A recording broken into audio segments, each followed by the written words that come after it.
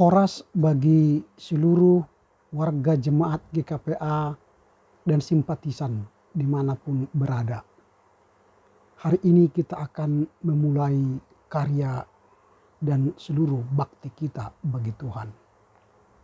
Sebelum kita melanjutkan karya bakti kita akan mendengar firman Tuhan. Marilah kita berdoa, mohon petunjuk dan bimbingan Roh Tuhan. Damai sejahtera Allah yang melampaui segala akal, itulah yang memelihara hati dan pikiranmu di dalam Kristus Yesus Tuhan kita. Amin. Firman Tuhan yang akan menjadi renungan bagi kita dalam menjalani hari-hari kita tertulis dalam kitab 1 Petrus 4 ayat 14. 1 Petrus 4 ayat 14. Berbahagialah kamu jika kamu dinista karena Kristus. Sebab roh kemuliaan, yaitu roh Allah, ada padamu. Berbahagialah kamu jika kamu dinista karena nama Kristus. Sebab roh kemuliaan, yaitu roh Allah, ada padamu. Demikian firman Tuhan. Yang berbahagia ialah mereka yang mendengar firman Tuhan serta memelihara dalam kehidupannya sehari-hari. Dinista artinya dihina, direndahkan. Dinista berarti kita dianggap tidak ada, rendah sekali. Respon manusia biasanya jika dinista pasti melawan, bahkan membuat tindakan supaya dirinya tidak dianggap hina, supaya dia kelihatan lebih hebat dari orang yang menghinanya. Itulah kecenderungan manusia, membalas hinaan dengan kejahatan. Hari ini kita akan belajar tentang dinista. Kita dinista oleh karena Kristus. Kalau kita dinista oleh karena diri kita, perbuatan kita yang tidak baik, kita pasti malu. Tapi kalau kita dinista oleh karena Kristus, Petrus berkata, berbahagialah. Ini menarik untuk kita bahas lebih dalam. Padahal kita tadi secara manusiawi kalau kita dinista, kita melawan. Atau kita merasa bersedih. Atau menderita karenanya. Tetapi sebaliknya Petrus berkata, jika engkau dinista karena Kristus, berbahagialah. Menarik. Masa dikatakan berbahagia? Mengapa Petrus berani berkata, jika engkau dinista oleh karena Kristus, berbahagialah? Jawabannya ialah karena Petrus sudah mengalami penderitaan itu. Karena Kristus dia telah 2 kali dipenjara. Karena Kristus dia mati disalib terbalik, kepalanya ke bawah, kakinya ke atas. Ini menunjukkan Petrus sudah mengalami penderitaan karena Kristus. Tetapi apakah dia merasa bersedih, merasa malu, merasa menderita? Tidak. Bahkan sebaliknya Petrus berbahagia karena dia memiliki Kristus dan punya jaminan masuk surga. Karena dia mati karena Kristus. Petrus setelah mengalami naik turun dalam pelayanannya bersama Kristus, dia pernah dipuji oleh Yesus. Dia juga pernah dihardik oleh Yesus. Akhirnya bisa dia mengalami menghianati Yesus. atau menyangkal Yesus. Tapi jangan lupa dia bertobat. Karena dia bertobat, maka dia mengalami kebahagiaan. Apa itu? Dia pernah menjadi pemimpin jemaat mula-mula. Petruslah pemimpin jemaat mula-mula. Sejarah mencatat bahwa Petrus akhirnya menjadi pemimpin yang pertama bagi jemaat mula-mula. Maka Yesus berkata, aku akan mendirikan jemaatku di atas Petrus. Nah, Petrus itulah jadi pemimpin pertama orang Kristen di dunia. Itulah kebahagiaan Petrus. Lalu dari pengalamannya itu maka dia mau mengajar umatnya untuk bertahanlah dalam penderitaan. Karena ketika kita bertahan dalam penderitaan, kita akan memperoleh kebahagiaan. Itu sebabnya selalu dia menitik beratkan, memfokuskan suratnya dengan tema penggembalaan. Mengapa? Karena dia sudah mengalami sendiri penggembalaan sang gembala agung itu, yaitu Yesus. Dan dia telah merasakan bagaimana Yesus mengajar dia, membimbing dia, mendidik dia. Itulah yang kita lihat dari teks ini. Pertanyaan kita sekarang ialah, apa yang hendak kita pelajari dari teks ini? Apa yang mau kita hidupi, renungkan dalam kehidupan kita sehari-hari?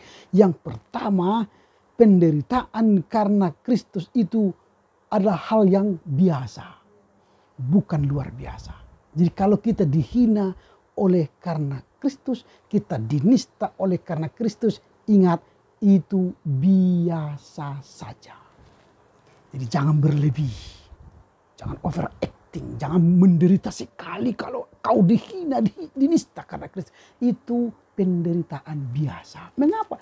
Karena dengan menderita itulah ujian kita semakin meningkat, iman kita semakin meningkat. Sama seperti sekolah, dia akan naik kelas kalau dia mengalami ujian. Naik kelas 2, kelas 3, ke tingkat pendidikan yang tertinggi, dia harus melalui ujian. Jadi ujian itu ialah untuk menaikkan kualitas iman kita menuju sukses. Tidak ada orang yang berbahagia tanpa ujian. Dia ujian lalu masuk PMB, UTBK, atau masuk ke perguruan tinggi, dia bahagia dia. Karena apa? Dia melalui ujian. Jadi penderitaan melahirkan kebahagiaan. Jadi kalau kita menderita dinista oleh karena Kristus, jangan takut. Itu penderitaan biasa yang akhirnya kita akan memperoleh kebahagiaan. Itu yang pertama.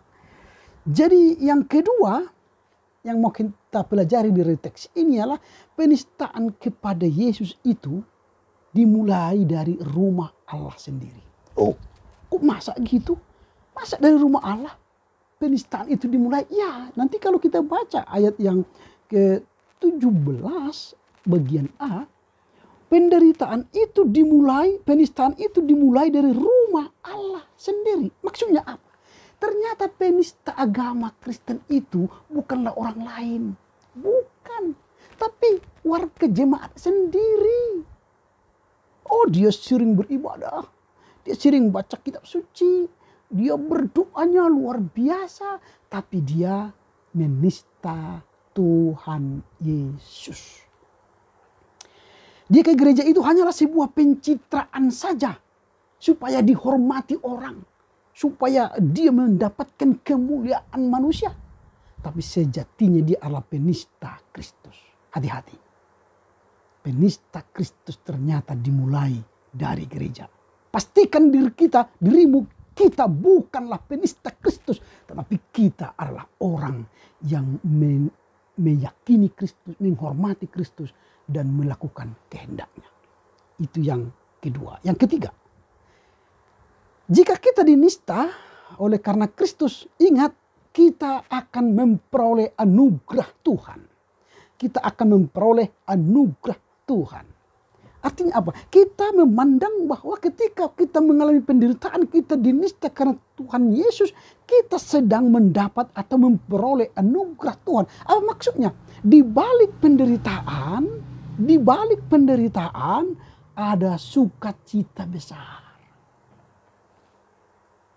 Kita memperoleh kehidupan yang kekal. Itu. Jadi kita tidak memiliki kita diri sendiri lagi. Artinya kita tidak memiliki diri kita sendiri. Kalau kita dinista, hidup kita ini sebenarnya kan sudah milik Kristus. Walaupun kita dinista, tidak apa-apa. Karena apa? Yakinkan diri kita, hidup kita ini milik Kristus, punya Kristus. Kalaupun dihina, tidak apa-apa. Karena kita adalah milik Kristus. Jadi harus kita pastikan kalau kita sudah milik Kristus, hidup ini bukan untukku lagi. Seluruh hidupku ini hanyalah bagi Tuhan. Maka kita tak peduli dinista orang. Yang kita pedulikan ialah aku milik Kristus. Itu yang penting. Begitu. Dengan demikian maka kita yakin bahwa nistaan, hinaan, perendahan tidaklah penting bagi kita. Yang penting bagi kita ialah bagaimana aku memiliki kesempatan menjadi milik Kristus. Sehingga saya memberi yang terbaik untuk Kristus. Saya tidak menistanya. Tapi saya melakukan perintahnya dan kehendaknya. Melakukan kebaikan karena saya telah memperoleh keselamatan itu. Inilah yang menjadi renungan bagi kita sekarang. Jika kamu dinista. Inilah tema yang menjadi renungan kita hari ini. Jika kamu dinista. Jadi jika kamu dinista, jangan bersedih, tetapi berbahagialah. Tuhan Yesus memberkati kita semua, memberkati saudara-saudara semua, melanjutkan karya kita hari ini untuk Tuhan. Amin. Kita berdoa. Bagimulah kemuliaan Bapa. Karena firman-Mu mengajar kami, jika kami dinista, kami tidak akan merasa malu, tidak menderita, dan tidak akan merasa dihina. Sebaliknya ketika kami dinista oleh karena Kristus, kami memperoleh kebahagiaan. Sebab kami memperoleh anugerah karena milik kami, yaitu Kristus telah menjamin kami memperoleh kehidupan yang kekal. Kami tidak lagi merasa terhina karena kami bersama Kristus Sang Gembala Agung kami. Terpujilah Engkau Bapa. Mampukan kami memahami firman-Mu dan melakukannya dalam kehidupan sehari-hari. Amin. Selamat berkarya untuk Tuhan. Tetap jaga kesehatan. Dan teruslah berdoa. Horas, horas, horas.